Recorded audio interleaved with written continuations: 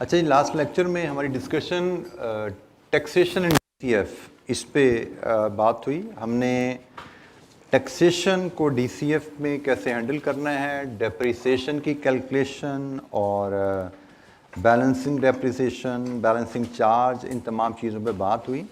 तो कोई point last lecture से, कोई चीज़ आपके जहन में पेंडिंग हो जिस पे आपको फर्दर एक्सप्लेनेशन चाहिए हो? अच्छा जी, बेसिक इन्वेस्टमेंट अप्रेजल के पॉइंट ऑफ व्यू से तकरीबन हमारी डिस्कशन कंप्लीट हो चुकी है। आल्दो इस चैप्टर में थोड़ी सी डिस्कशन रहती है, लेकिन उसका कैपिटल इन्वेस्टमेंट अप्रेजल के क्वेश्चंस पे कोई बहुत ज़्यादा इम्पैक्ट नहीं होने वाला। तो चूँकि हम कैपिटल इन्वेस्टमेंट अप्रेजल के क्वेश्चन का रेफरेंस से डिस्कशन अपनी कंप्लीट कर चुके हैं, तो अब हम कुछ क्वेश्चन पास्ट पेपर्स के देखेंगे कि पास्ट पेपर्स में ये क्वेश्चन, ये टॉपिक हमें किस तरह टेस्ट हुआ हुआ है। चूँकि ये कंपलसरी क्वेश्चन है, इसमें से हमें 15-18 नंबर का सवाल आना ही आना है इस टॉपिक पे, तो इसलिए हम will be doing few question, quite a few question in this area. And we start with question number 1, Larkana fabrication limited.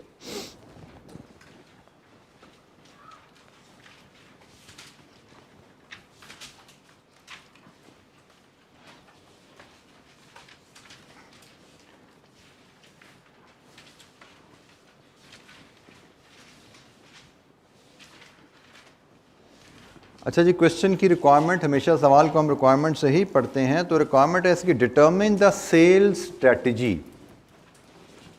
Strategy which maximizes the present value of total contribution, ignore taxation in this part of the question. हमें गालबन sales strategies दो दी गई हैं और हमसे कहा गया बताइए सेल्स स्ट्रेटजी जिस पे कंट्रीब्यूशन की पीवी मैक्सिमाइज हो रही है, वो बताइए क्या है। तो लेट्स रीड द क्वेश्चन, उसका पार्ट बी को बाद में देख लेंगे। Larkana fabrication limited is considering an investment in new machine with a maximum output of 200,000 units per annum in order to manufacture a new toy. Market research undertaken for the company indicated a link between selling price and demand, and the research agency involved has suggested two sales strategies that could be implemented as follows. Strategy number 1 or 2, sale price in current terms 8 रुपये 7 रुपये, sales volume in first year 1 lakh 1,10,000, annual increase in sales volume after first year 5% 15%। ये दो sales strategies हैं, हम इस पे चलें या इस पे चलें। The services of the market research agency have cost 75,000 and this amount has yet to be paid. Larkana fabrication limited expects economies of scale to reduce the variable cost per unit as level of production increases. When 100,000 units are produced in a year, the variable cost per unit is expected to be ₹3 in current term. जहाँ पे जैसे ही सवाल में current terms या real term का जिक्र आ जाए, be prepared, इस क्वेश्चन में इन्फ्लेशन आने वाली है, ठीक है, ये ख्याल रखिएगा। For each additional 10,000 units produced in excess of 100,000 units, a reduction in average variable cost per unit of 0.05 rupees is expected to occur. The average variable cost per unit when production is between 1,10,000 units and 1,19,999, for example, is expected to be 2.95 in current term. And the average variable cost per unit when the production is between 1,20,000 units and 1,29,999 is expected to be 2.9 in current term, and so on. The new machine would cost 16 lakh and would not be expected to have any salvage value at the end of its life. Operation of new machine will cause fixed cost to increase by 110,000 in current term. Inflation is expected to increase these costs by 4% per annum, and annual inflation on selling price and unit variable cost is expected to be 3% per annum. The company has average cost of capital of 10% in money या nominal term. Determine the sales strategy which maximizes the present value of total contribution. अच्छा जी, हमें present value of total contribution measure करना है दोनों strategies में। इस क्वेश्चन में एक चीज़ मिसिंग है, that is the life, at the end of its 5-year life. ये ज़रा टाइपो है, यहाँ को ठीक कर लीजिए इस क्वेश्चन में. This is a typo. At the end of its 5-year life. 5-year life है तो 5 साल लाइफ पे हमने इसको असेस करना है. 2 सेल्स स्ट्रेटजीज हैं, हमने देखना है कौन सी सेल्स स्ट्रेटजी की कंट्रीब्यूशन की पीवी मैक्सिमम है. अच्छा जी, पीवी डिस्काउंटिंग का सवाल है, इन्फ्लेशन इन्वॉल्व है, तो सबसे पहले डिसीजन लिया जाता है रियल और नॉमिनल क्या अप्रोच चलेगी यहाँ पे. तो जनाब कौन सी अप्रोच चलेगी, real approach, nominal approach? Why nominal? There are 2 inflation rates involve. Taxation तो नहीं है इस सवाल में, लेकिन इन्फ्लेशन रेट 2 हैं इस सवाल में. एक है फिक्स्ड कॉस्ट की इन्फ्लेशन 4% और दूसरी है प्राइस एंड वेरिएबल कॉस्ट की इन्फ्लेशन 3%. सो 2 इन्फ्लेशन रेट्स आ गए, तो इसका मतलब ये सवाल नॉमिनल अप्रोच से होना है. नॉमिनल कैश फ्लोज को nominal cost of capital, cost of capital already nominal term में ही हमें दी गई है, तो नॉमिनल कैश फ्लोज को नॉमिनल कॉस्ट ऑफ कैपिटल पे डिस्काउंट करना है. अच्छा, जब हम फॉर्मेट पे चलते हैं, हमें स्ट्रेटजी नंबर 1 के तहत सालाना कंट्रीब्यूशन 5 साल का बनाना है, उसकी पीवी लेनी है. स्ट्रेटजी नंबर 2 के तहत सालाना कंट्रीब्यूशन 5 साल का, फिर उसकी पीवी. तो जैसे कि हमने पहले डिस्कशन की थी कि हमें प्राइस पर यूनिट अवेलेबल है रियल टर्म में, variable cost per unit available है रियल टर्म में, और फिर दोनों का प्राइस का भी और वेरिएबल कॉस्ट का इन्फ्लेशन रेट भी सेम है. ऐसे ही है, 3% है दोनों का इन्फ्लेशन रेट. तो इंस्टेड के हम प्राइस को इन्फ्लेट करें पहले, फिर वेरिएबल कॉस्ट को इन्फ्लेट करें, हम क्या करेंगे, कंट्रीब्यूशन पर यूनिट पहले निकाल लेंगे, फिर उसको इन्फ्लेट कर लेंगे. ठीक है, तो हम स्ट्रेटजी नंबर 1, स्ट्रेटजी नंबर 2 दोनों के तहत कंट्रीब्यूशन सालाना कैलकुलेट करने जाएंगे और फिर उस कंट्रीब्यूशन की पीवी लेंगे. तो स्ट्रेटजी 1 और 2, तो हम ये पेज के 2 हिस्से कर लेते हैं जी अपने पास. 5 साल का कंट्रीब्यूशन बनाना है, तो 1, 2, 3, 4 एंड 5. हम क्वेश्चन नंबर 1 पार्ट ए और उसमें स्ट्रेटजी 1 को डील करने जा रहे हैं. स्ट्रेटजी 1 का डेटा क्या है, प्राइस 8 रुपये पर यूनिट और वेरिएबल कॉस्ट 3 रुपये है अगर आपकी प्रोडक्शन 1,09,999 तक रहती है. जैसे ही प्रोडक्शन 1,10,000 पे जाएगी, उससे बढ़ेगी, आपकी वेरिएबल कॉस्ट 2.95 पे आ जाती है. सारा डाटा रियल टर्म में है. चूंकि हमारी वेरिएबल कॉस्ट का ताल्लुक वॉल्यूम से है, तो हम सबसे पहले सेल्स वॉल्यूम जरा अपने सामने ले आते हैं. सेल्स वॉल्यूम हमारा क्या है, हमें बताया गया है स्ट्रेटजी नंबर 1 में हमारा सेल्स वॉल्यूम पहले साल 1 लाख है और इसके बाद इसमें 5% पर एनम ग्रोथ है. ग्रोथ इसमें 5% पर एनम है. इसके हिसाब से सेकेंड ईयर हमारी सेल्स क्या होंगी, 1,05,000. Third year 1,10,250. फोर्थ ईयर 763 और 5वें साल 1,21,550. नीचे जी. अगर हम स्ट्रेटजी नंबर 1 के साथ चलें तो हमारी सालाना सेल्स वॉल्यूम की फिगर क्या होंगी और हमारी price per unit real term में क्या होगी. वो तो रियल टर्म में तो 8 रुपये ही है ना स्ट्रेटजी 1 की प्राइस.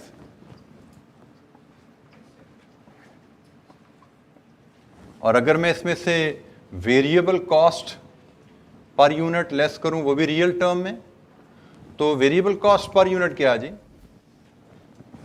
ईयर 1 में 3, ईयर 2 में स्टिल 3, ईयर 3 में 2.95, बिल्कुल ठीक है, ईयर 4 में 2.95, ईयर 5 में 2.9. ठीक हो गया जी. हमें कहा गया है कि जब प्रोडक्शन 1,10,000 एंड अबव होगी 5 पैसे कॉस्ट गिर जाएगी। जब प्रोडक्शन 1,20,000 एंड अबव होगी 5 पैसे मजीद कॉस्ट गिर जाएगी। तो जनाब ये हमने price per unit minus variable cost per unit real term में लिया, तो मुझे यहाँ से contribution per unit real term में मिल गया 5 रुपये, 5 रुपये, 5.05, 5.05, 5.1 कंट्रीब्यूशन पर यूनिट आ गया।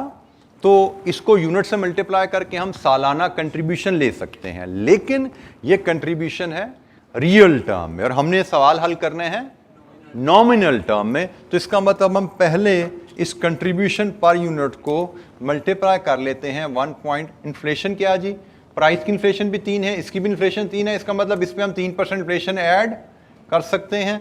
लीजिए जी इन्फ्लेशन ऐड कीजिए, ये फैक्टर बन जाएगा 1.03, ये बन जाएगा 1.03 raise to power 2, 1.03 raise to power 3, 1.03 raise to power 4, 1.03 raise to power 5। लीजिए जी यहाँ से contribution per unit money term में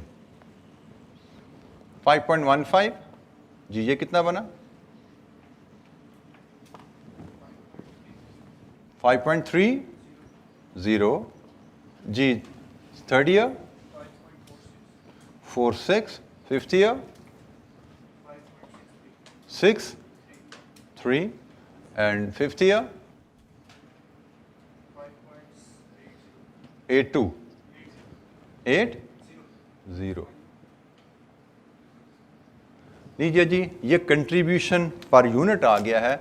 अब मैं एनुअल सेल्स वॉल्यूम को कंट्रीब्यूशन पर यूनिट से मल्टीप्लाई कर दूंगा तो मुझे एनुअल कंट्रीब्यूशन मिल जाएगा, सालाना कंट्रीब्यूशन मिल जाएगा, एनुअल कंट्रीब्यूशन। तो जनाब 5,15,000 सेकेंड ईयर,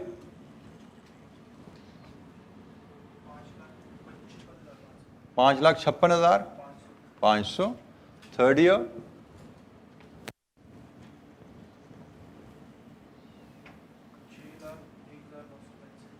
965 चौथा साल,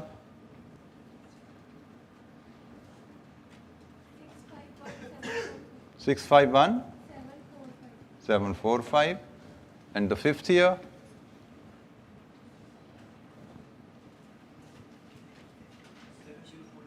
79990।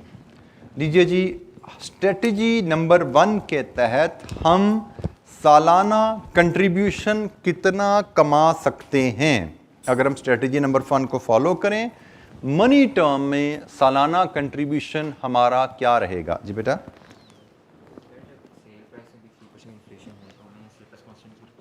सॉरी बेटा आपने शायद नोट ठीक नहीं किया, मैंने तो ठीक लिखा, मैंने sale price per unit real term, variable cost per unit real term, फिर मैं contribution per unit real term पे आ गया, उसके बाद मैंने इन्फ्लेशन अप्लाई की। ठीक है, मेरे पास ऑप्शन थी कि मैं प्राइस पे अलहदा इन्फ्लेशन अप्लाई करूं, वेरिएबल कॉस्ट पे अलहदा इन्फ्लेशन अप्लाई करूं, फिर नेट कंट्रीब्यूशन पर यूनिट पे आ जाता। लेकिन चूंकि इन्फ्लेशन प्राइस की और वेरिएबल कॉस्ट की सेम है, चूंकि इन्फ्लेशन सेम है, I can be efficient by applying inflation just once. मैंने नेट करके एक ही दफा इन्फ्लेशन लगा दी। अगर प्राइस का इन्फ्लेशन कुछ और होता, वेरिएबल कॉस्ट का इन्फ्लेशन रेट कुछ और होता, तो मुझे इस पर इन्फ्लेशन लहदा लगानी थी, इस पर लहदा लगानी थी। मैंने यहाँ पे मेंशन किया कि भाई ये रियल है, ये भी रियल है, ये कंट्रीब्यूशन पहले रियल में लिया, फिर इन्फ्लेशन अप्लाई की, अब मैंने कंट्रीब्यूशन मनी में ले लिया। ठीक है, तो मेरे पास दोनों ऑप्शन अवेलेबल थी, मुझे ये ज़्यादा एफिशिएंट लगी। I have save time here. जी सालाना कंट्रीब्यूशन आ गया और हमसे कहा गया है पीवी ऑफ कंट्रीब्यूशन बताइए कहां पे मैक्सिमम है। तो इसका मतलब मुझे अब इन सालाना कंट्रीब्यूशन को डिस्काउंट करना है, तो डिस्काउंट के लिए मुझे नॉमिनल रेट चाहिए जो कि क्वेश्चन में अवेलेबल है 10%। तो जनाब इसकी प्रेजेंट वैल्यू लीजिए और फिर उसका सम लेके बता दीजिए टोटल प्रेजेंट वैल्यू क्या आ रही है।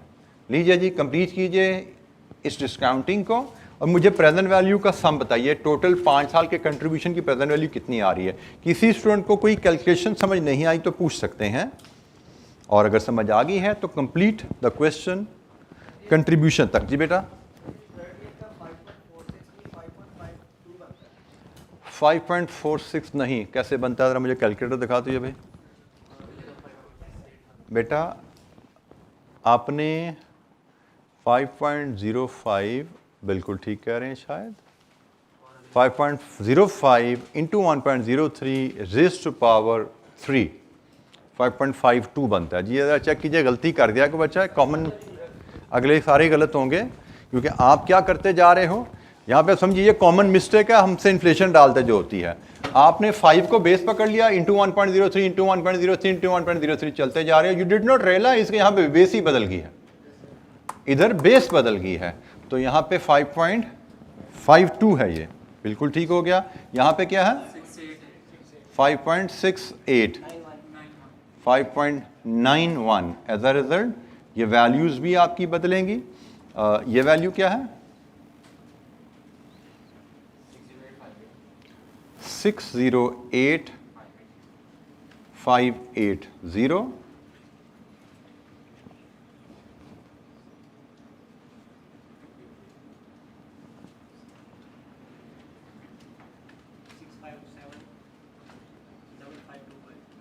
553 बेटा इन्ने तो नहीं है पैसे पैन 6,57,000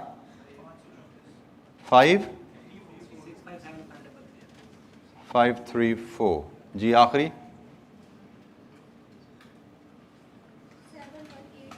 361 लीजिए जी, प्रेजेंट वैल्यू लीजिए, टोटल कंट्रीब्यूशन की प्रेजेंट वैल्यू अंडर स्ट्रेटेजी 1।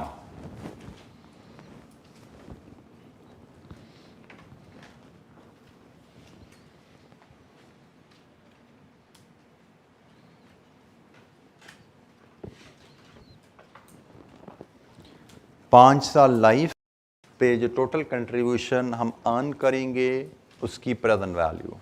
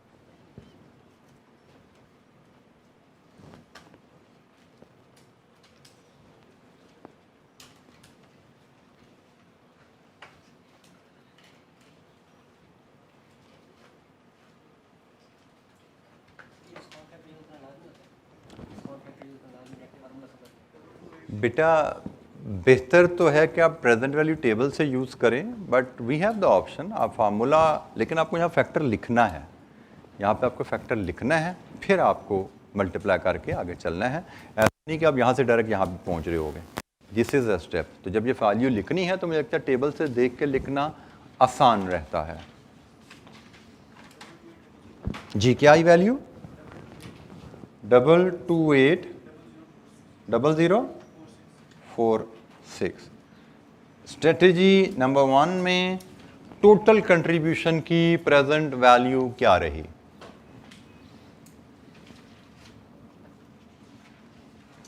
इसमें मैं फिर एक तवज्जो दिला दूं आपकी, मैंने प्राइस को रियल टर्म में लिया, वेरिएबल कॉस्ट को रियल टर्म में लिया, कंट्रीब्यूशन रियल टर्म में लाके एक ही दफ़ा इन्फ्लेशन अप्लाई की, और उसकी वजह सिर्फ ये है कि प्राइस और वेरिएबल कॉस्ट की इन्फ्लेशन कॉमन है।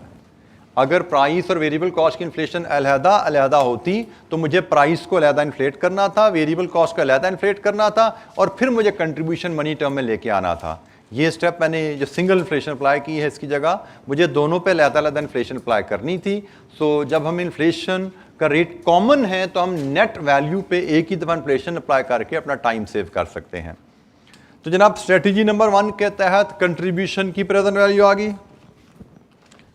अब स्ट्रेटेजी नंबर 2 के तहत हम ये वर्किंग रिपीट करेंगे। स्ट्रेटेजी नंबर 2 हमारे सामने है, उसके मुताबिक सेम फॉर्मेट हमें बनाना है। 5 साल इसकी भी 5 साल पे चलने हैं, तो 5 साल के कंट्रीब्यूशन के हिसाब से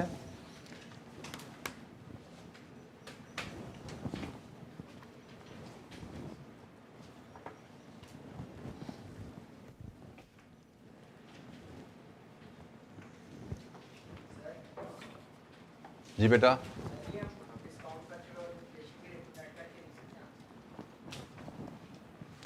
मनी इन्फ्लेशन के रेट को हमने रियल कैश फ्लोज को मनी कैश फ्लोज में कन्वर्ट करने के लिए इस्तेमाल किया है।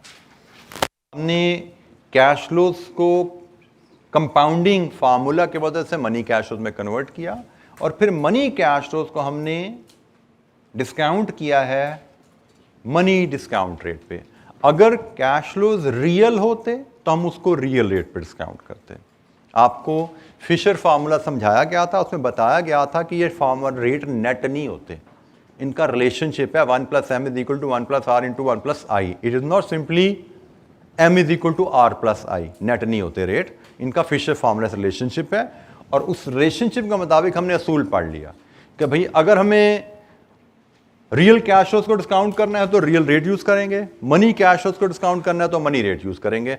हमने फैसला करना है कि हमें कैश फ्लोज कौन से डिस्काउंट करने हैं, तो वो हमने यहाँ पे डिसाइड किया था। क्योंकि क्वेश्चन में 2 इन्फ्लेशन रेट इन्वॉल्व हैं, एक 3% है, एक 4% है। इन्फ्लेशन रेट 1 से ज़्यादा हो तो हमें मनी कैश फ्लोज को डिस्काउंट करना है, ठीक है। फिर नेटिंग नोटिंग कुछ नहीं होनी, 2 ही अप्रोचेज हैं, या रियल कैश फ्लोज को डिस्काउंट करो रियल रेट पे, या मनी कैश फ्लोज को डिस्काउंट करो मनी रेट पे, ठीक है। नो जी, एनी क्वेश्चन, कोई और सवाल? अच्छा जी, अब इसको भी उसी पैटर्न पे हम शुरू करें तो सबसे पहले इसका सेल्स वॉल्यूम लेके आते हैं। स्ट्रेटेजी नंबर 2 के तहत पहले साल सेल है 1,10,000 1,10,000 सेल है, और उसके बाद इसमें ग्रोथ कितनी है? 15% per annum, growth at 15% per annum. तो इसके हिसाब से सेकेंड ईयर की sales 500, third year 145,475, fourth year 296, fifth year 192,391। ये जो हमारे पास सालाना सेल वॉल्यूम की फिगर आ गई। अच्छा, इसमें एक पॉइंट ज़रा नोट कर लीजिए सवाल के रेफरेंस से, आल तो इसमें एप्लीकेबल नहीं है लेकिन मैं आपको तवज्जो दिला दूं। इस क्वेश्चन में उसने यहां पे कहा हुआ है कि हम जो प्लांट लगा रहे हैं उसकी मैक्सिमम कैपेसिटी 2 लाख तक है, मतलब 2 लाख से ज्यादा यूनिट हम बना नहीं सकते। तो अगर ये सेल्स ग्रो करते करते यहां पे 2 लाख से ज्यादा चले जाते हैं ना डिमांड, तो हमने इसको 2 लाख पे स्टॉप कर देना था, क्योंकि 2 लाख से ज्यादा यूनिट्स तो हम बेच नहीं सकते, हमारी ये प्लांट की कैपेसिटी ही 2 लाख है। तो इस पॉइंट की इंप्लीकेशन इस सवाल में तो नहीं आई, लेकिन आगे किसी सवाल में ये आ सकती है, बल्कि आएगी, यकीनन आएगी, कि हमें जब कैपेसिटी दे दी जाती है और साथ डिमांड में इजाफे की परसेंटेज बता दी जाती है, तो हमें ख्याल रखना है डिमांड बढ़ते बढ़ते कैपेसिटी से ज़्यादा हम नहीं मीट कर सकते। तो बहरहाल ये तो 2 लाख से नीचे रही है, इसमें तो कोई इशू नहीं है।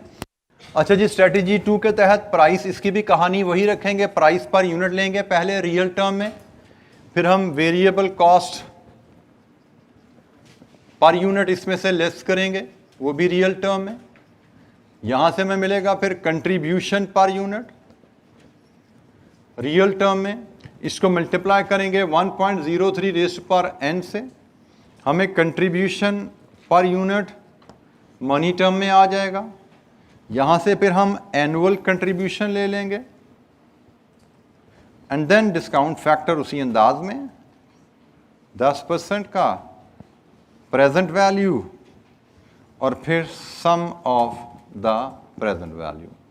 तो ये सेम पैटर्न पे हमें सवाल को इसको बिल्ड करना है। तो मैं एक आध स्टेप पे आपको हेल्प आउट कर देता हूँ, उसके बाद इसको आप खुद कंप्लीट करेंगे, और मैं स्टेप आपको वेरिएबल कॉस्ट रियल टर्म, यहाँ तक मैं आपके साथ चलूँगा, आगे आप खुद लेकर चलेंगे। Price per unit real term में दूसरी स्ट्रेटजी कितनी है? 7। रियल टर्म में तो हर साल प्राइस सेम रहेगी ना, वो तो इन्फ्लेशन की वजह से असर आता है, वो हम बाद में देखेंगे। वेरिएबल कॉस्ट पर यूनिट, जब हम प्रोडक्शन 1,10,000 कर रहे हैं तो हमारी वेरिएबल कॉस्ट क्या होगी? 2.95। यहां से यहां तक जाते जाते 5 पैसे की और डिप, यहां से जहां तक जाते जाते 10 पैसे की डिप, यहां से यहां तक जाते जाते मजीद 10 पैसे की डिप, और यहां से यहां तक जाते जाते 15 पैसे की डिप, क्योंकि हर 10,000 के ऊपर 5 पैसे का फर्क पड़ रहा है ना।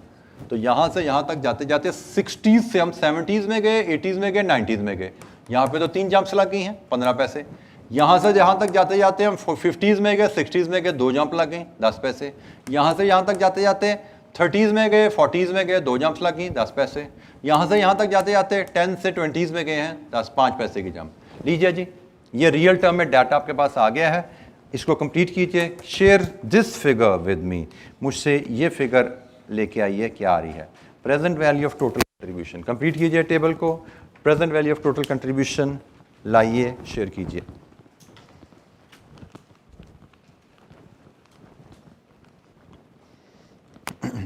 किसी जगह कोई दिक्कत हो, गाइडेंस चाहिए हो, पूछिएगा।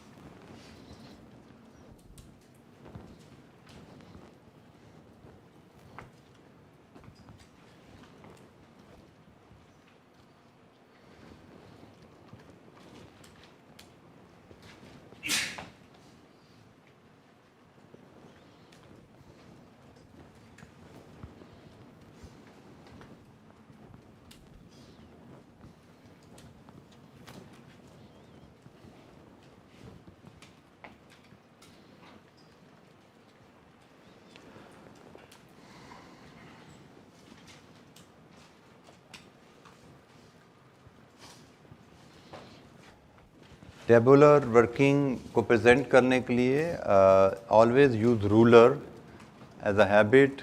आप अपने रजिस्टर में एक छोटा सा 6 इंचेस का स्केल लेकर रख लीजिए, ताकि क्लासरूम में भी जब प्रैक्टिस कर रहे हैं तो रूलर से आप लाइंस ड्रॉ करके टेबल में वर्किंग प्रेजेंट कीजिए, क्योंकि प्रेजेंटेशन एग्जामिनेशन में बहुत अहम होती है। और अगर आप अभी रूलर यूज़ करने के आदी नहीं होंगे, क्लास एग्ज़ाम में जाके यूज़ करना चाहेंगे, तो it will slow your speed down, आपकी वहाँ पे काम करने की स्पीड स्लो हो जाएगी। तो इट्स बेटर कि अभी से आप अपनी प्रैक्टिस में इन चीज़ों को ले आइए। क्लासरूम में भी और घर पे भी you should be presenting, you should try to present solution in the format which you would like to use in exam.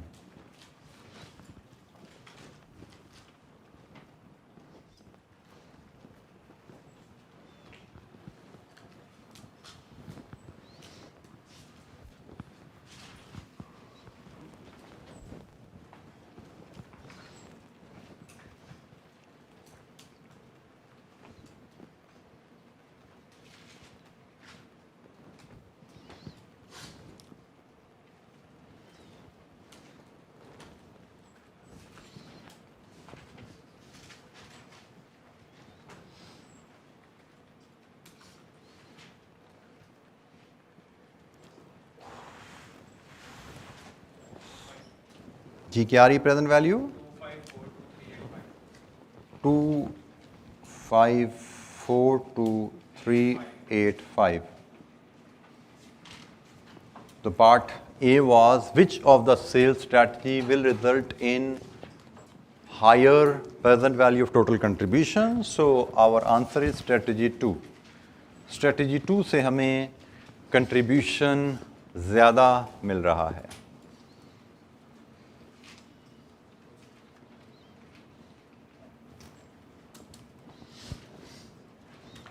जी कोई डिसएग्रीमेंट इस आंसर से?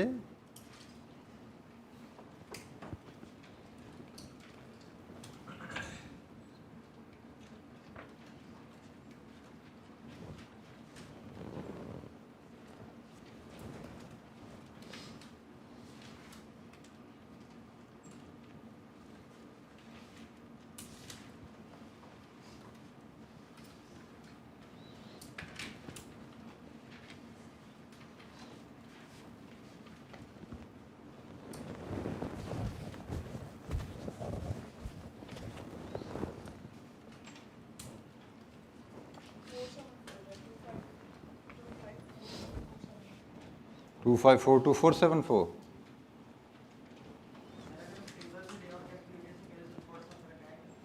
यकीनन आएगा क्योंकि टेबल में आपकी फिगर्स 3 डेसिमल पे राउंड ऑफ करके लिखी होती हैं और आप अगर कैलकुलेटर पे खुद कैलकुलेट कर रहे हो तो you may make rounding off errors और if you are not doing rounding off आप फुल फिगर को यूज़ कर रहे हो तो इन आइदर केस आपसे राउंडिंग ऑफ एरर हो जाए तो भी आपका आंसर बदल जाएगा और अगर राउंड ऑफ करते ही नहीं हो कैलकुलेटर पे वो 8 डेसिमल का फैक्टर आया उसको ही मल्टीप्लाई कर दिया कैश फ्लो से तो प्रेजेंट वैल्यू की फ़र्क आएगी तो डेफिनेटली फ़र्क आती है बट मैं प्रेफर करता हूं कि आप प्रेजेंट वैल्यू टेबल से 3 डेसिमल में फैक्टर्स यहाँ पे लिखिए उन फैक्टर से वैल्यूज़ को मल्टीप्लाई करके इधर पहुँचिए तो अगर हम प्रेजेंट वैल्यू टेबल को यूज़ करते हुए यहाँ आए हैं तो क्या ये आंसर ठीक है? जी ठीक है ये आंसर प्रेजेंट वैल्यू टेबल बेटा आपने प्रेजेंट वैल्यू टेबल यूज किया 474 आप कह रहे हो प्रेजेंट वैल्यू टेबल्स के साथ चल रहे हैं और 3 डेसिमल में उस पर फिगर लिखी होती है इनको यूज़ करें तो ये जनाब हमारे पास आंसर आ गया और हमारी स्ट्रेटजी नंबर 2 है जिस पे present value of total contribution is maximum. We are done with part A.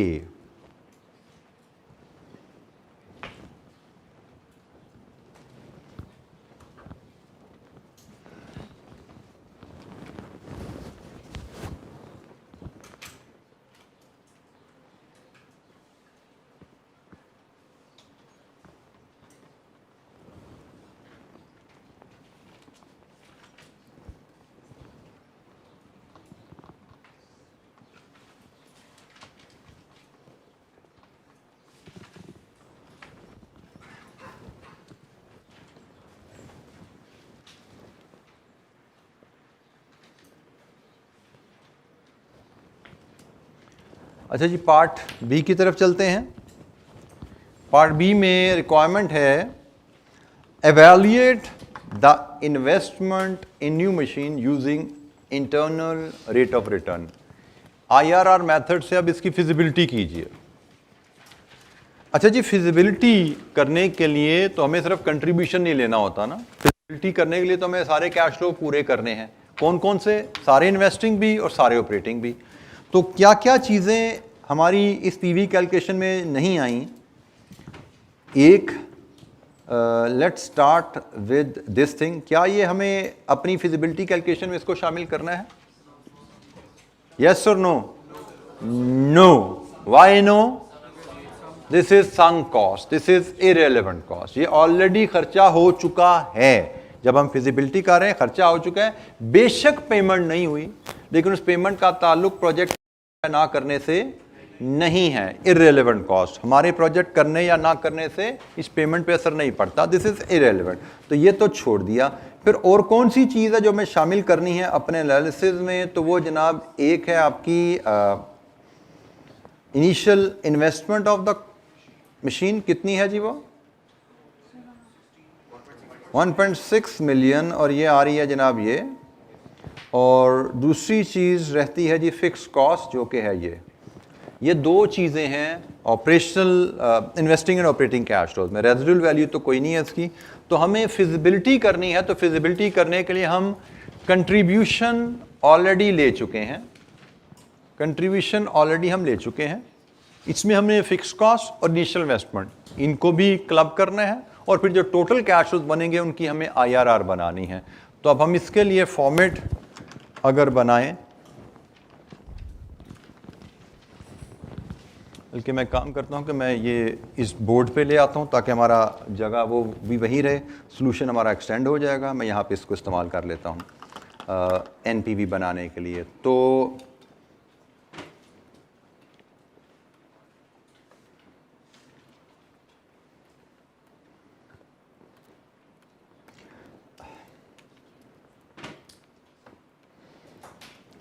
Project life 5 साल है, लेकिन अब चूंकि इनिशियल इन्वेस्टमेंट भी लेनी है तो 0 से कहानी शुरू होगी।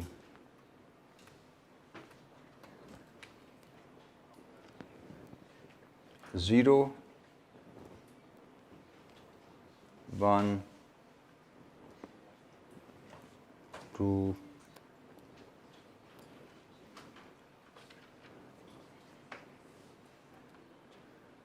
अच्छा, टैक्सेस तो इस क्वेश्चन में वैसे ही इन्वॉल्व नहीं है, तो ये बड़ा सिंपल सा ही सवाल रह गया आगे का।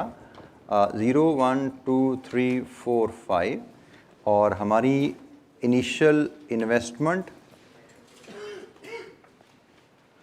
है, एनुअल कंट्रीब्यूशन है और एनुअल फिक्स कॉस्ट है।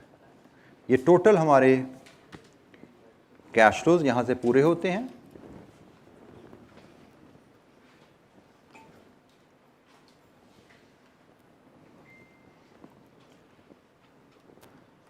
यहाँ से आगे हम नेट कैश फ्लोज, और इसके बाद हमें IRR कैलकुलेट करनी है। तो हम डिस्काउंट फैक्टर ले लेंगे एक 5% का, उसकी प्रेजेंट वैल्यू ले लेंगे, NPV ले लेंगे 5% की। इसके बाद दूसरा फैक्टर हम ले आएंगे से 15% का, इसकी प्रेजेंट वैल्यू और इसकी नेट प्रेजेंट वैल्यू 15% की। तो जनाब यहाँ पे हमें दो नेट प्रेजेंट वैल्यूज़ मिलेंगी। इन दो नेट प्रेजेंट वैल्यूज़ को लेके हम इंटरपोलेशन फार्मूला अप्लाई करके IRR मेजर कर पाएंगे। ये जो हमारा कंप्लीट फॉर्मेट है, इसमें इनिशियल इन्वेस्टमेंट हमारी 0 में ली जाएगी, कितनी 1.6 million.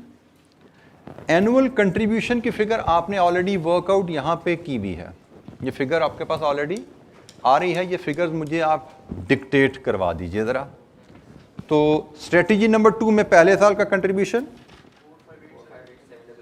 458,700, second year contribution 550,275, third year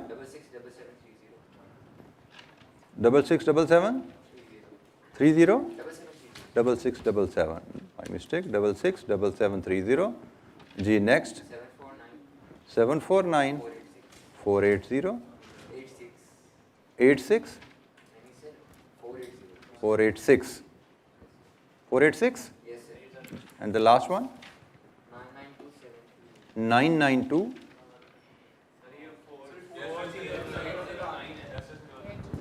fourth year का क्या है 809,717 फिफ्थ ईयर 738। लीजिए जी, ये सालाना कंट्रीब्यूशन हमारे पास हमने स्ट्रेटजी नंबर 2 से उठाए हैं। हमने स्ट्रेटजी 2 जो हमने बेस्ट स्ट्रेटजी समझी थी वहाँ से उठाए हैं। एनुअल फिक्स कॉस्ट हमें 1,10,000 गिवन है रियल टर्म में, लेकिन हमारे सारे कैश फ्लोज मनी टर्म में है ना, तो हमें उसको भी मनी टर्म बनाना पड़ेगा। और वो कैसे बनेगी 1,10,000, इस पर इन्फ्लेशन कितने परसेंट है 1.04 रेज़ टू पावर n। लीजिए जी, वर्किंग भी मैं स्मार्टली यहीं पे वर्किंग प्रेजेंट कर दूंगा। एग्जाम में हम जो इस तरह की स्मार्ट वर्किंग है हमें अलहदा से दिखाने की ज़रूरत नहीं है, मैं यहीं पे मेंशन कर रहा हूँ, इसके आगे अब कैलकुलेशन हम कर लेते हैं। अब रेज़ टू पावर 1 करोगे तो पहले साल की कॉस्ट आ जाएगी, रेज़ टू पावर 1 करोगे तो पहले साल की कॉस्ट, रेज़ टू पावर 2 करोगे दूसरे साल की कॉस्ट एंड सो ऑन। तो पहले साल की कॉस्ट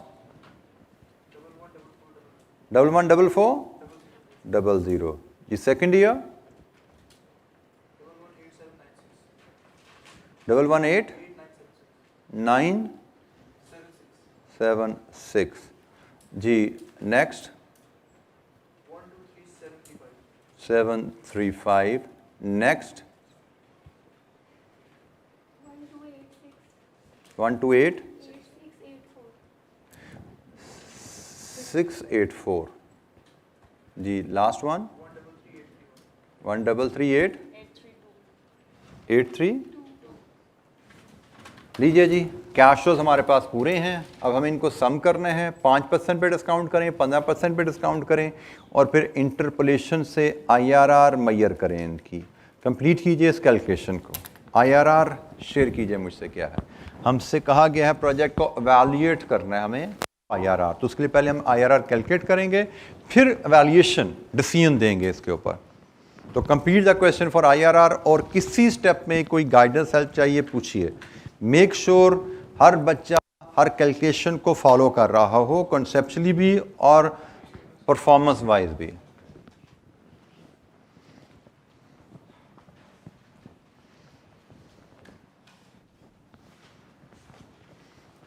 काफ़ी ज़्यादा बच्चे रूलर के बगैर चल रहे हैं। मेक श्योर कल से हर बच्चे के पास रूलर हो, क्योंकि अब हम सवाल कर रहे होंगे, प्रेजेंटेशन की प्रैक्टिस हमें साथ साथ करनी है।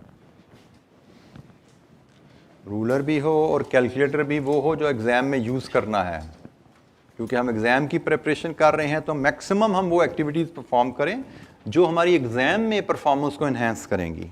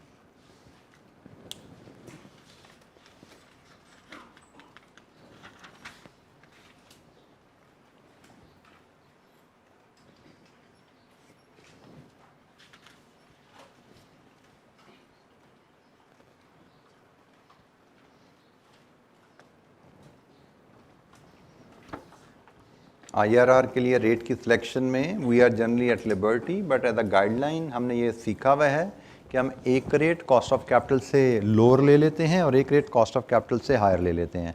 हमारी कॉस्ट ऑफ कैपिटल 10% है, मनी कैश फ्लोज को हम डिस्काउंट कर रहे हैं, तो हमने एक रेट 10% से नीचे 5% ले लिया और दूसरा रेट हमने 15% ले लिया।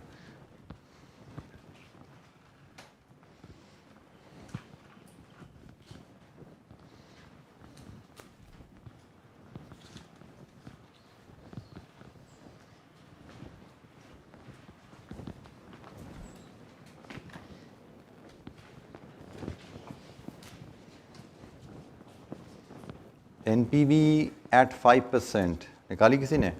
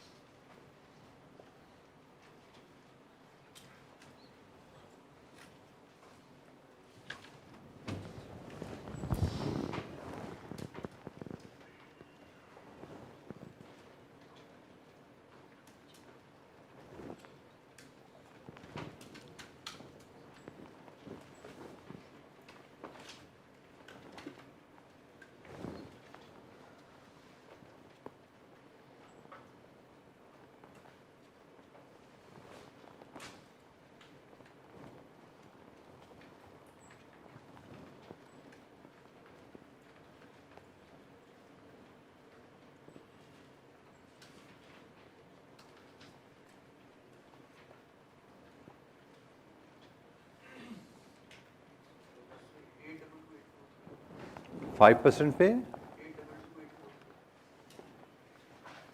पॉजिटिव, 82284 पॉजिटिव,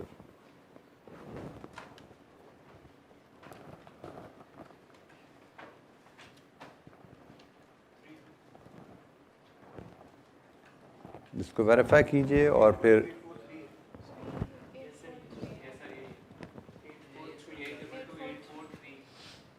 822843, एक डिजिट मिसिंग आप कह रहे हैं, 843, 822,843,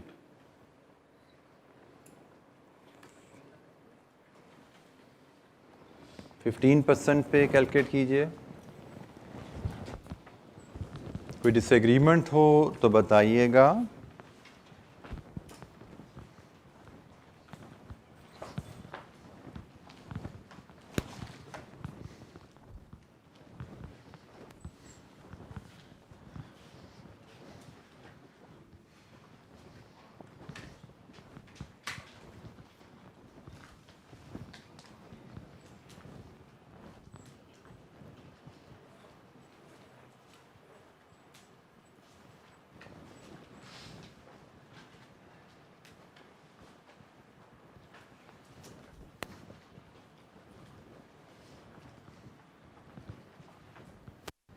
आप रजिस्टर्ड यूज़ कर रही, क्या कर रहे हैं? एग्ज़ाम में ऐसे करोगे? मैं बार बार एक जुमला बोल रहा हूँ, try to practise those activities which will help you in exam, and presentation writing is one of those.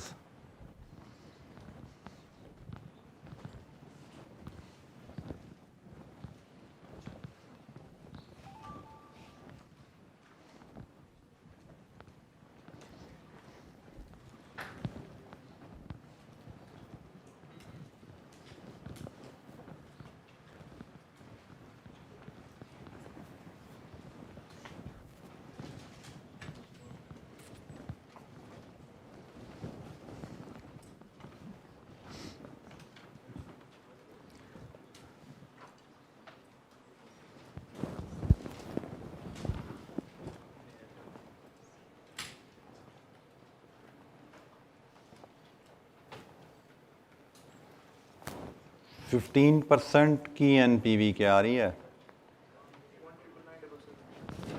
1,776 positive negative?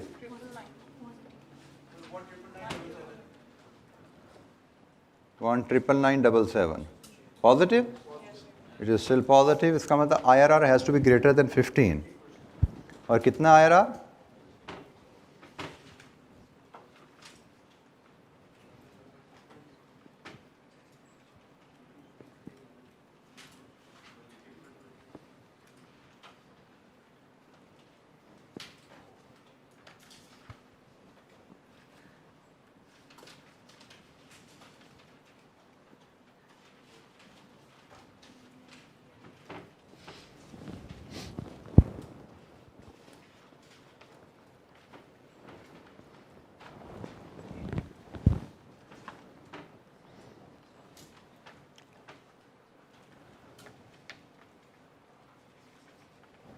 ये बेटा IRR क्या आ रहा है?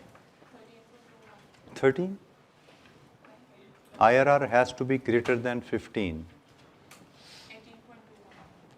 18.21। NPV जब 15% पे पॉजिटिव है, इसका मतलब IRR 15 से भी ज़्यादा है। और इंटरप्रेशन हमें बता रही है कि IRR 18.21 है, और हमारी रिक्वायरमेंट थी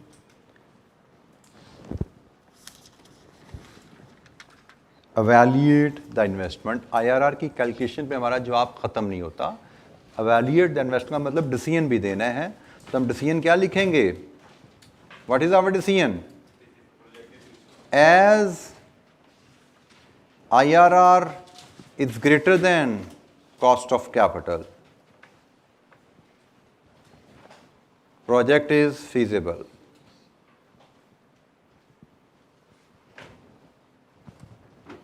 this completes our part B. अक्सर बच्चे ये आखिरी आसान तरीन स्टेप होता है, फ्लो में भूल जाते हैं इसको लिखना। ऑलवेज मैं एडवाइस जनरली करता हूँ कि क्वेश्चन जब कंप्लीट हो जाए, अगले क्वेश्चन पे मूव करने से पहले रिक्वायरमेंट के ऊपर फिर पढ़ लिया करो, जस्ट इंश्योर कि आपने सारी चीज़ें पूरी करनी है। उसने हमसे सिर्फ IRR कैलकुलेट करने को ही कहा था, उसने कहा था IRR की मदद से एवेल्यूएट कीजिए प्रोजेक्ट को, मतलब हमें इस पर डिसीजन देना था फिजिबिलिटी के ऊपर। जी एनी क्वेश्चन? ये एक बेसिक सा सवाल था प्रोजेक्ट, एक पहले डिस्काउंटिंग को लेके पीवी ऑफ कंट्रीब्यूशन कहाँ पे मैक्सिमम है और दूसरा फिजिबिलिटी। इस पूरे सवाल में अगर देखा जाए तो सिर्फ इन्फ्लेशन, हमने जो 3 ट्रीटमेंट सीखी थी, इन्फ्लेशन, वर्किंग कैपिटल, टैक्सेशन, उनमें से सिर्फ इन्फ्लेशन वाला कॉन्सेप्ट यहाँ पे टेस्ट हुआ। आगे चलेंगे तो अगले सवालों में हमें टैक्सेशन, वर्किंग कैपिटल सब कुछ मिलेगा, कहीं पे 1, कहीं पे 2, कहीं पे तीनों। जी किसी जगह कोई गाइडेंस हेल्प चाहिए, पूछिए।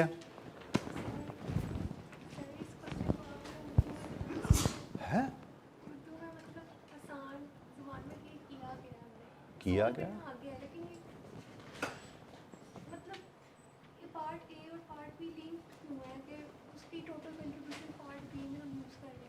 बेटा, पार्ट ए में वो हमसे पूछ रहा है 2 सेल्स स्ट्रेटजीज हैं, उनमें से प्रेजेंट वैल्यू ऑफ कंट्रीब्यूशन की बेसिस पे बताइए कौन सी स्ट्रेटजी बेहतर है।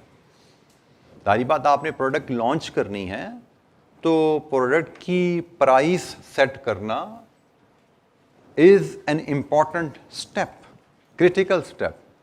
2 पॉसिबल स्ट्रेटजीज थी, उसने कहा जी पीवी ऑफ टोटल कंट्रीब्यूशन की बेसिस पे बताइए। रिक्वायरमेंट अगर हम दोबारा पढ़ें, sales strategy which maximizes the present value of total contribution. तो दोनों सेल्स स्ट्रैटेजीज पे हमने टोटल कंट्रीब्यूशन कैलकुलेट किया ओवर द लाइफ, और दोनों सेल्स स्ट्रैटेजीज में टोटल कंट्रीब्यूशन की पीवी ले ली। तो determine the sales strategy which maximizes. तो स्ट्रैटेजी नंबर 2 हमने कहा जी अगर हमने ये प्रोजेक्ट शुरू करना है, अगर शुरू करना है तो स्ट्रैटेजी नंबर 2 लॉन्च करनी है, ठीक है। अब दूसरे सवाल में उसने पूछा अब ये बताओ प्रोजेक्ट शुरू भी करना है कि नहीं करना, ठीक है। तो हमने कहा जी स्ट्रैटेजी नंबर 2 से हमने चलना है, तो कंट्रीब्यूशन लिया स्ट्रैटेजी 2 का, क्योंकि हम चलेंगे तो इससे चलेंगे ना। बाकी आइटम पूरी कर ली, इन्वेस्टिंग की भी और ऑपरेटिंग की भी, and then we did simply feasibility, और हमने देखा प्रोजेक्ट फीजिबल है। तो अब हमारा ओवरऑल कंक्लूजन क्या है कि भाई प्रोजेक्ट फीजिबल है और हम स्ट्रेटेजी 2 के साथ इस प्रोजेक्ट को लेके चलेंगे। This is our overall conclusion. जी एनी क्वेश्चन, कोई और सवाल? अच्छा जी, एक क्वेश्चन हमारे पास अगला है, उसको हम कंप्लीट तो नहीं कर पाएंगे, लेकिन let's have a little reading and then discussion on that. Question number 2,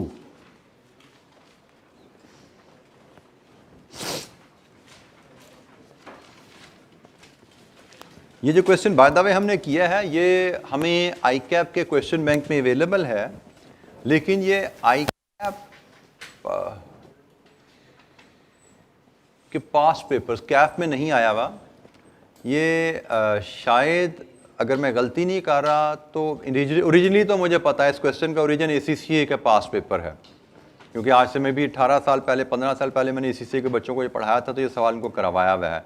I don't recall correctly कि ये CFAP में कहीं ये सवाल आया हुआ है कि नहीं। ये बड़ा बेसिक सा सवाल है, अगर CFAP में आया भी था तो उसको यहाँ पे अडॉप्ट इसलिए किया गया आप लोगों की प्रैक्टिस के लिए, but I don't recall precisely कि ये CFAP में आया या नहीं आया, but one thing I am sure ये इसका ओरिजिन ACCA का पास पेपर है। बहरहाल हम नेक्स्ट क्वेश्चन पे चलते हैं जी, वाले का। ये स्प्रिंग 18 का क्वेश्चन है, इसके साथ अटेम्प्ट लिखी हुई है, तो ये कैफ का सवाल है, और इसके 2 पार्ट्स हैं। पार्ट ए फिलहाल हम कवर अभी नहीं कर रहे, क्योंकि पार्ट ए जो है हमारा जो नेक्स्ट चैप्टर है उसमें डिस्कस होगा, और ये एज इट इज़ वहाँ पे कवर हो जाएगा। इसकी रिक्वायरमेंट को हम कभी जाके नेक्स्ट चैप्टर पढ़ने के बाद देखोगे ना तो आपको पता होगा ये हेडिंग, यही हेडिंग हमने वहाँ पे कवर करनी है, तो इसलिए हम इस क्वेश्चन को भी पार्ट को छोड़े हैं। हम पार्ट बी पे बात करते हैं, और पार्ट बी आप देख सकते हैं 17 मार्क्स का क्वेश्चन है, और नॉर्मली हम इन्वेस्टमेंट अप्रेजल में एक हैवी ड्यूटी क्वेश्चन एक्सपेक्ट करते हैं। पूरा क्वेश्चन ये 20 नंबर का है, जिसमें से इन्वेस्टमेंट अप्रेजल का पार्ट 17 मार्क्स है। रिक्वायरमेंट क्या है जी इसकी? On the basis of net present value advise whether VL should invest in the above project, assume that except stated otherwise all cash flows would arise at the end of the year। ये जुमला बड़ा rarely examiner question में लिखता है, लेकिन ये जुमला नहीं भी लिखा हुआ तो हम ऐसे ही चलते हैं। ये अंडरस्टूड होती है असम्पशन डीसीएफ में, ठीक है, कि कैश फ्लोज एनुअल इंटरवल्स में है, साल के एंड पे आ रहे हैं, अनलेस स्टेटेड अदरवाइज। उसने कह दिया साल के शुरू में है तो ले लेना भाई। तो ये जुमला लिखा हो या ना लिखा हो, हर सवाल इसी असम्पशन के तहत हल होता है इन्वेस्टर अप्रेजल का। तो एनपीवी से प्रोजेक्ट की फिजिबिलिटी हमें बनानी है। Let's read the question. Valika Limited plans to introduce a new product AX which would be used in hybrid cars. Following information is available in this regard.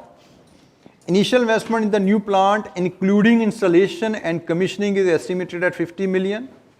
The plant is expected to have a useful life of 4 years and would have an annual capacity of 2 lakh. ये वही जो मैंने पिछले सवाल में समझाया था ना, वो यहाँ पे इसकी अब इम्प्लीकेशन आनी है सवाल में। 2 लाख की कैपेसिटी है, मतलब 2 लाख से ज़्यादा हम बेच नहीं पाएंगे, डिमांड जितनी मर्जी हो। The demand of AX for the first year is expected to be 180,000 which would increase by 10% per annum in year 2 and 3। However in year 4 the demand is expected to decline by 10%। तो पहले साल 1,80,000, दूसरे साल 10% इजाफा, तीसरे साल फिर 10% इजाफा और चौथे साल 10% कमी। ये डिमांड की कहानी है, प्रोडक्ट की डिमांड मार्केट में कितनी होगी। हम तो डिमांड में से उतना ही मीट कर पाएंगे जितनी हमारी कैपेसिटी है। डिमांड हम कैलकुलेट जरूर करेंगे, बट हमारी sales subject to our capacity होगी। The contribution margin for the first year is estimated at rupees 100 per unit, which is expected to increase by 5% each year. The new plant would be installed at VL's premises, which are presently rented out at 1.8 million per annum. As per terms of rent agreement, the rent is received in advance and is subject to 7% increase per annum. Working capital of 10 million would be required at the commencement of the project. Working capital is expected to increase by 10% each year. The new plant would be depreciated at the rate of 25% per annum under reducing balance method. Tax depreciation is to be calculated on the same basis. अच्छा, यहाँ पे एक चीज़ ध्यान में रखना बेटा कि examiner ने बताया कि भाई डेप्रिसिएशन का 25% रेट है, टैक्स डेप्रिसिएशन भी सेम है, मतलब एक ही डेप्रिसिएशन रेट उसने दे दिया। उसने कहा जी काउंटिंग भी यही है, डेप्रिसिएशन टैक्स डेप्रिसिएशन भी यही है। लेकिन हमें क्वेश्चन आ सकता है जिसमें वो कह सकता है काउंटिंग डेप्रिसिएशन रिड्यूसिंग बैलेंस है, टैक्स डेप्रिसिएशन से स्ट्रेट लाइन है, 2 डिफरेंट रेट्स दिए जाएंगे। तो हमने कौन सा टैक्स डेप्रिसिएशन, हमारे लिए रेलेवेंट टैक्स डेप्रिसिएशन है, क्योंकि हम तो डेप्रिसिएशन की मदद से टैक्सेबल प्रॉफिट कैलकुलेट कर रहे होते हैं ना, तो हमारे लिए रेलेवेंट टैक्स डेप्रिसिएशन होगी। बहरहाल the residual value of the plant at the end of the life is expected to be equal to its carrying value. Okay, ये थोड़ी सी एक डिफरेंट ट्रीटमेंट है जो हमने इससे पिछली इलस्ट्रेशन में अभी तक कवर नहीं की। रेजिडुअल वैल्यू हमें दी नहीं हुई, उसने कहा खुद कैलकुलेट कर लेना। VL cost of capital is 10%, tax rate is 30% and is paid in the year in which tax liability arises. तो इस क्वेश्चन में आप देख रहे हैं कि इन्फ्लेशन भी आ रही है, इस क्वेश्चन में वर्किंग कैपिटल भी आ रहा है, इस क्वेश्चन में टैक्सेशन भी आ रही है। अच्छा, अब यहाँ पे हम क्वेश्चन को तो डिस्कस बाद में कर लेंगे, मैं सिर्फ एक इन्फ्लेशन के सिनेरियो को यहाँ पे डिस्कस कर लेता हूँ, क्योंकि इन्फ्लेशन के सिनेरियो में क्वेश्चन जो आते हैं नॉर्मली 2 पॉसिबिलिटीज होती हैं। एक था पिछला केस जो हमने लाड़काना में देखा, और एक है ये केस। लाड़काना में और इस क्वेश्चन में इन्फ्लेशन से डील करने में डिफरेंस जो है बड़ा ऑब्वियस है, और ये दोनों तरीके हमें एग्जाम में दिए जाते हैं। मैं इस डिफरेंस को सिर्फ हाईलाइट करता हूं आपके लिए कि 2 पॉसिबल मेथड एग्जामिनर हमें इन्फ्लेशन के कैसे टेस्ट करता है। एक तरीका जैसे लाड़काना में कहा गया था कि करंट, बल्कि हम कहते हैं price per unit current terms से ₹10 है, और हमें कहा गया है इन्फ्लेशन इज 5% पर एनम। अगर हमें एक है सवाल इस अंदाज में दिया जाए तो इसके मुताबिक फिर मनी टर्म में जो प्राइस होगी ना वो ईयर 1 की क्या होगी 10 × 1.05, ईयर 2 की क्या होगी 10 × 1.05 raised to power 2 and so on. ऐसे ही दिस इज सिनेरियो नंबर 1 कि भी price per unit current term में 10 रुपए है, इन्फ्लेशन 5% पर एनम है, और अगर हमें मनी टर्म में प्राइस चाहिए तो हम इस तरह कन्वर्ट कर लेते हैं। एक अल्टरनेटिव प्रेजेंटेशन जो कि इस सवाल में नजर आ रही है, price per unit in the first year 10 rupees है और इन्फ्लेशन इसके बाद 5% पर एनम है। अब यहां जो पॉइंट नोट करने का है कि उसने यहां पे ऐसा कोई मेंशन नहीं है, यहां पे उसने बताया हुआ ये प्राइस है करंट टर्म में, आज के हिसाब से 10 रुपए प्राइस है। यहां पे उसने ऐसी बात नहीं की, उसने कहा जी पहले साल की प्राइस 10 रुपए। जब किसी कैश फ्लो के साथ ये नहीं लिखा हुआ कि वो रियल है या नॉमिनल है तो इट इज अंडरस्टूड वो नॉमिनल है। ये मनी, ये पहले साल की प्राइस है जिसमें इन्फ्लेशन डल चुकी है। तो अब अगर इस डाटा के मुताबिक मैंने मनी टर्म प्राइसेस लेनी है तो मनी टर्म प्राइसेस जो मेरी आएंगी ईयर 1 की 10 ही रहेगी, ईयर 2 की 10 इंटू 1.05। यहां पे था रेज़ टू पावर 2 लग गया था, लेकिन यहां पे ईयर 2 में रेज़ टू पावर 2 नहीं लगना। ये फर्क है। दो तरह की प्रेजेंटेशन आती हैं, एक हमें डाटा एग्जामिनर कहता है पहले साल की प्राइस करंट टर्म में ये है, दूसरा है वो कहता है पहले साल की प्राइस ये है। पहले साल, बल्कि इसको मैं एक्सटेंड कर देता हूं, price for first year current term में और प्राइस फॉर फर्स्ट ईयर। तो इन दोनों में फर्क क्या हुआ वो आपके सामने है। First year price current term में है तो मनी टर्म में पहले साल की प्राइस इन्फ्लेशन के साथ लगेगी, लेकिन फर्स्ट ईयर की प्राइस है तो ये ऑलरेडी इन्फ्लेशन के साथ है, इसमें पहले साल की इन्फ्लेशन डाल चुकी है। सेकंड ईयर के लिए आपको एक इन्फ्लेशन बस ऐड करनी है। अब रेज़ टू पावर 2 नहीं लगाना, रेज़ टू पावर 2 का मतलब 2 इन्फ्लेशन ऐड करो। तो हमने यहां पे सिर्फ 10 से आगे एक इन्फ्लेशन डालेंगे तो ये 2 की प्राइस आ जाएगी एंड सो ऑन। तो हमने जो पिछला लाड़काना का सवाल किया था उसमें प्राइस भी, वेरिएबल कॉस्ट भी सब करंट टर्म में थी, तो हमें अकॉर्डिंगली फर्स्ट ईयर की जब मनी वैल्यू बनानी पड़ी हमें उस पर 1 साल की इन्फ्लेशन डालनी पड़ी, सेकंड ईयर की मनी वैल्यू बनानी थी 2 साल की इन्फ्लेशन डालनी पड़ी एंड सो ऑन। अब इस क्वेश्चन में आइए, इस क्वेश्चन में उसने हमें कंट्रीब्यूशन दिया हुआ है। इसमें कहा जी for the first year it is estimated at 10 rupees 100 rupees per unit, साथ उसने रियल टर्म का वर्ड यूज नहीं किया, इसका मतलब ये मनी टर्म में है। ये पहले साल का कंट्रीब्यूशन मनी टर्म में 100 रुपए है, उसके बाद सेकंड ईयर का लेना है तो 5% इन्फ्लेशन डाल दो, थर्ड ईयर का लेना है तो एक और inflation and so on.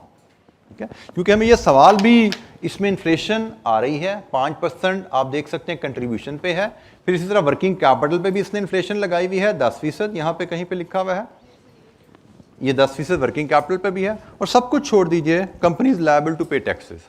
Company जब टैक्सेस पे कर रही है तो हमें नॉमिनल अप्रोच पे जाना है, मतलब हमारे सारे कैश फ्लोज इन्फ्लेटेड होने चाहिए। तो उसमें फर्स्ट ईयर की वैल्यूज उसने हमें जो दी हैं वो इन्फ्लेटेड है, ऑनवर्ड हमें इन्फ्लेशन डालनी पड़ेगी, हम उसको एडजस्ट करेंगे, नॉमिनल कैश फ्लोज को नॉमिनल रेट पे डिस्काउंट करके ही हम एनपीवी कैलकुलेट करेंगे। तो इस सवाल को इंशाअल्लाह हम स्टार्ट करेंगे कल। मैंने सिर्फ आपको इन्फ्लेशन के जो 2 एस्पेक्ट हैं, 2 तरीके हैं एग्जामिनर के टेस्ट करने के लिए, वो आपसे शेयर कर लिए हैं। कल इंशाअल्लाह इस सवाल पर डिस्कशन करेंगे, इसको कंप्लीट करेंगे और आगे चलेंगे। ठीक है जी, थैंक यू, अस्सलाम वालेकुम।